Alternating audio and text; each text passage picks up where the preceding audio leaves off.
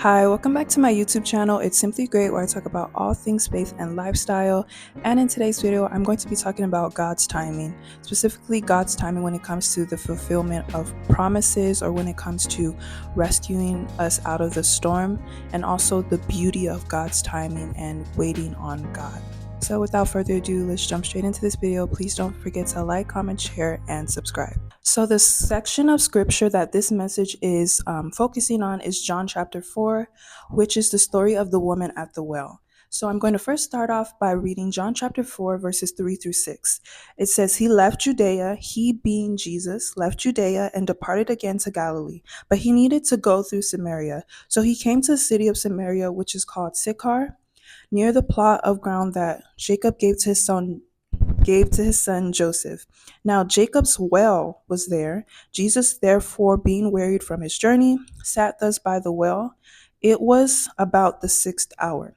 So Jesus was currently in Judea. And before he was in Judea, he was in Galilee. So now Jesus is saying that he needs to go back to Galilee. But in order to go back to Galilee, he's saying that he needs to go through Samaria. Now, during this time, there was conflict between the Samaritans and the Jews.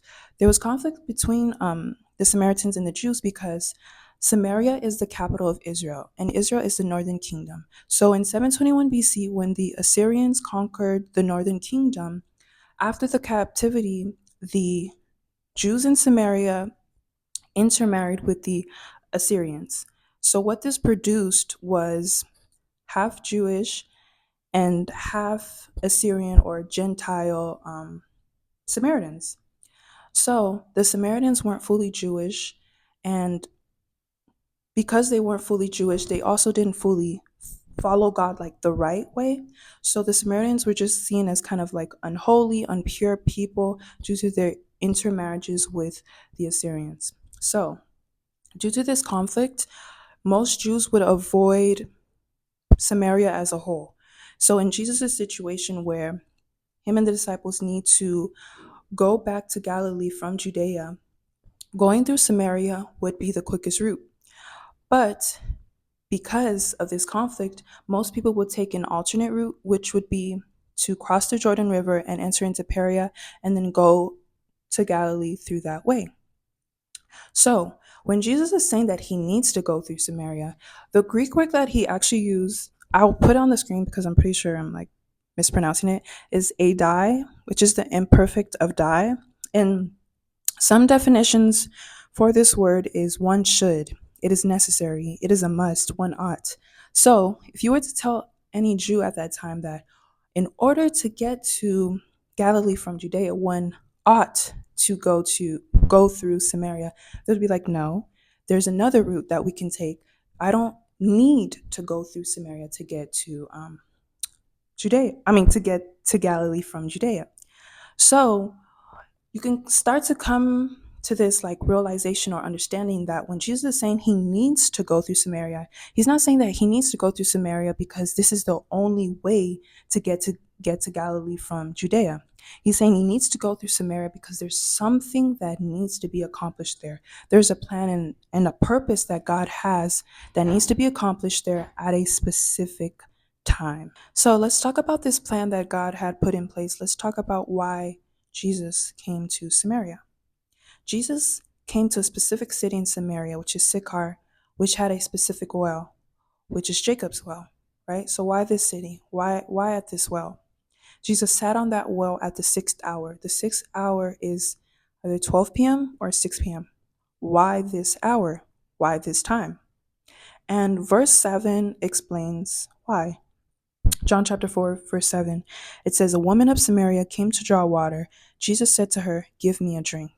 Okay, so there's a right time to draw water.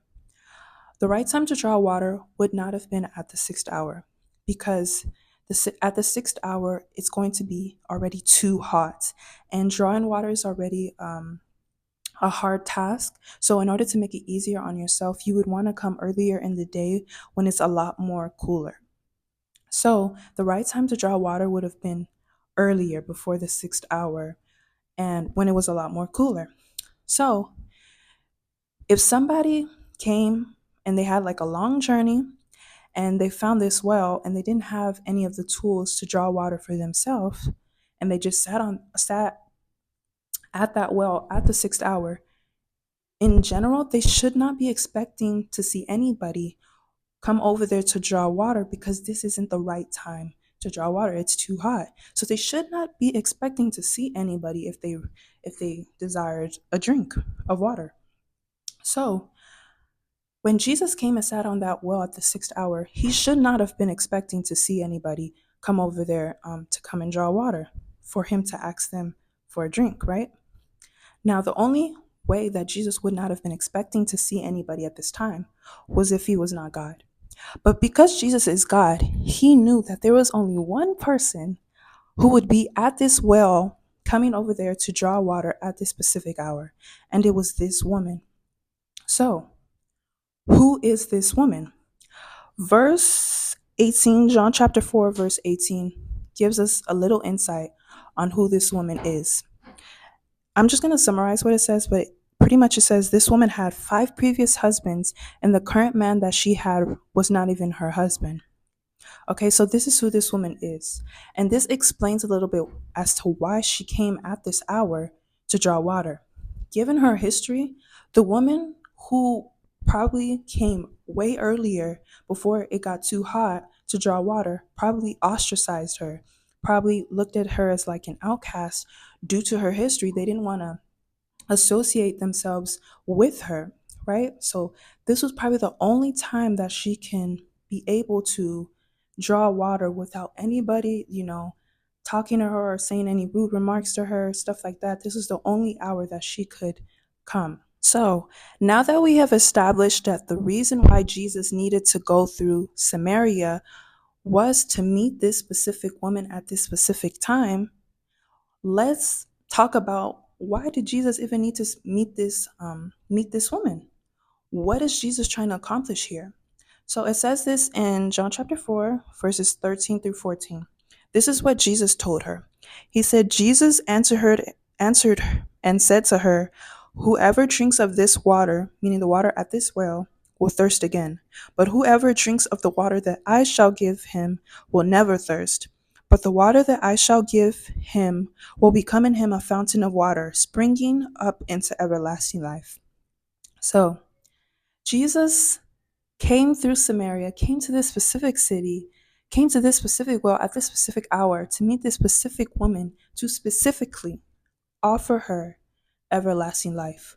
So we see the lengths that Jesus went through just to get to this one person and offer them everlasting life, which is really beautiful just to see the lengths that God will go through just to reach us, right? And at the end of this of John chapter 4, you can also see that it wasn't just her who ended up getting this offer of everlasting life or hearing about Jesus. It was a lot of it was many more people from the city of Samaria who heard about Jesus. So, in relating this back to the topic of God's timing and the beauty of it, when do we think is the right time for God to show up? When do we think it's the right time for God to fulfill a promise or to come through for us or like rescue us out of our storms, whatever hard trials that we are facing right now? When do we think is the right time for God to show up? For a lot of us, if not all of us, we say now. We say the right time for God to show up is right now. And the wrong time for God to show up is any other time other than now. We can even be telling God, like, if you don't show up right now, it's going to be bad. Later is too late. Like, I need you to show up right now. This is what we can be telling God. And what we're really doing is we're setting time limits on when God should show up, right? We have these false expectations of when God should show up. And whenever God doesn't meet our expectations or whenever God doesn't meet our time limits, we begin to doubt God. We begin to doubt God and question his character because of our time limits. There's a verse I want to read in 2 Corinthians chapter 10, verses 4 through 5, which says, for though we walk in the flesh, we do not war after the flesh.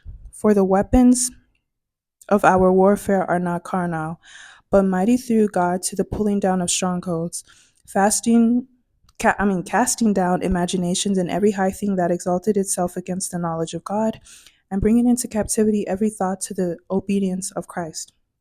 So, the weapons of our warfare are not carnal, meaning they're not physical, right? And they're mighty through the power of God to pulling down of strongholds. So pretty much the message for you really is, if you're somebody who has set these time limits on God, you've placed these time limits on God's, use those spiritual weapons to cast down those time limits, to cast down those imaginations that you have placed on God. Because the question where it says here, cast down every imagination, every high thing that exalts itself against the knowledge of God and bring it to the obedience of Christ. The question here is, did God tell you that he was going to come through at that specific time, or did you tell God that he must come through at that specific time? A lot of it, because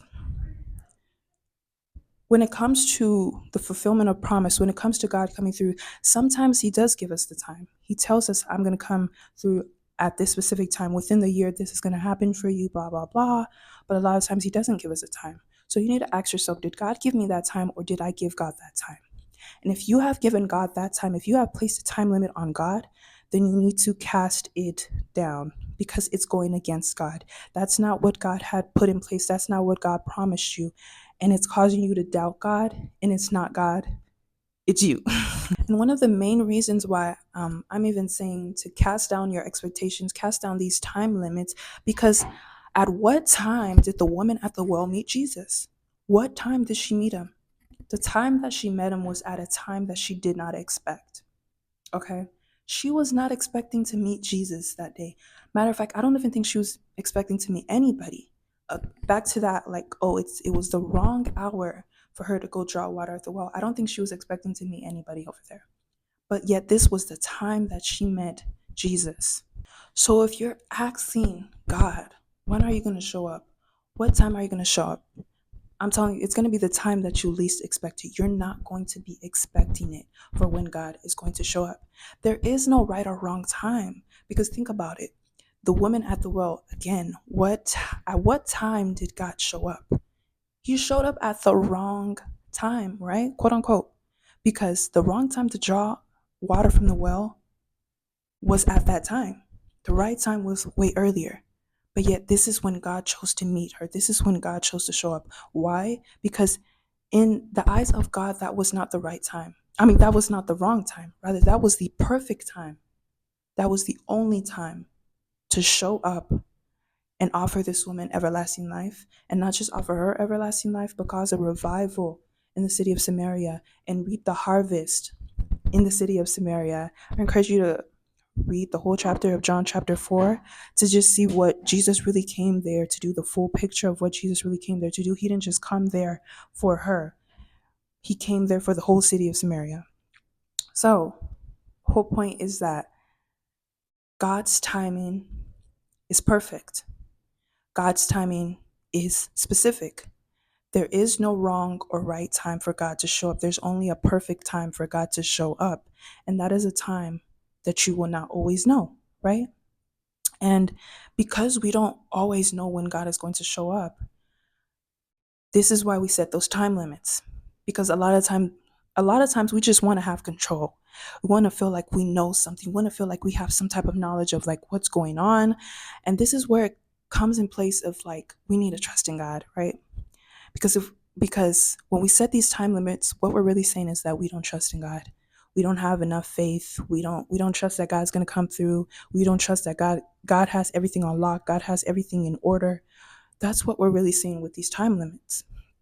And while God was like speaking to me on this, he also kind of like brought up the story of Abraham and Sarah, which is just pretty much in Genesis. And we know that God promised Abraham that out of him would stem many nations, out of his seed would like be many generations, right? Pretty much telling him that he's gonna have a baby. And I didn't realize how many times God reiterated that promise. And yet there was no time. There was no specific time of when that promise was going to be fulfilled. There was no specific time of when Abraham and Sarah would have a child. There was no specific time. So then they were waiting and they were waiting. And eventually they got tired of waiting. So he had a baby with um, Ishkar, I think. And they had a son, Ishmael. right? And then still, God appeared to Sarah and said, "You're gonna have a child," and she laughed. She didn't think that it was possible.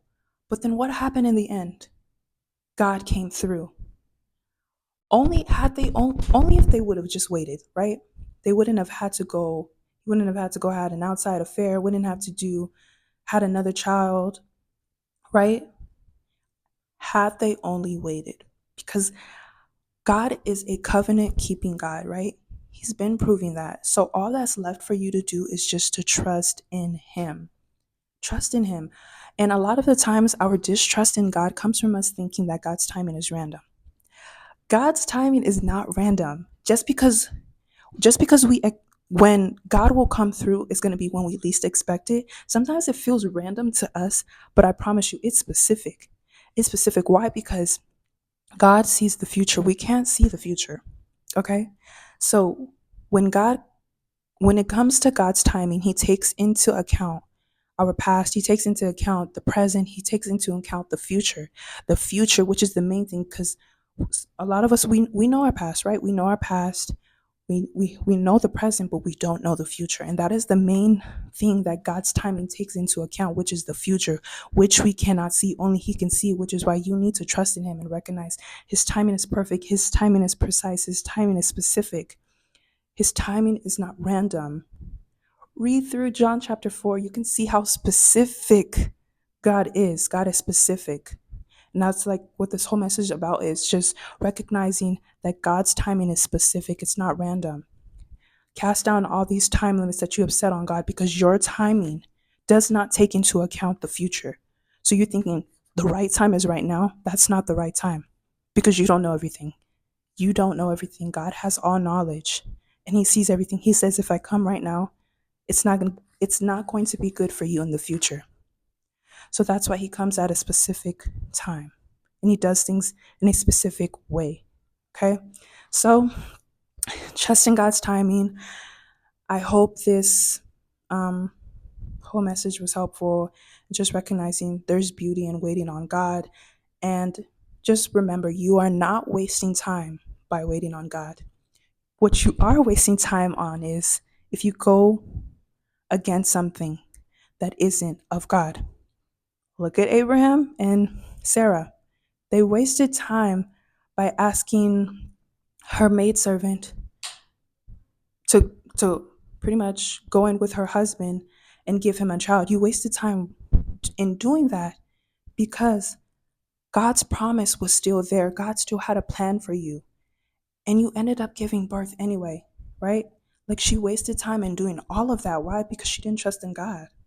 So you're not wasting time on waiting on God, because God has already proven Himself to be trustworthy, to fulfill His covenant, to fulfill His promises.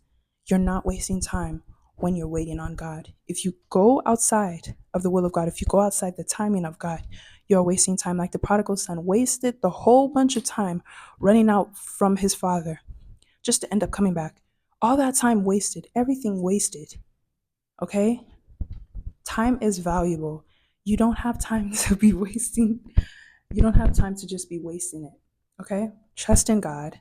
Trust in His timing. His timing is perfect. His timing is, it's safe to wait on God. It's very much safe. There's safety when you wait on God. All right. Hope you have an amazing day. Please don't forget to like, comment, share, and subscribe. And follow me on Instagram at simplygreat_, and have a blessed day.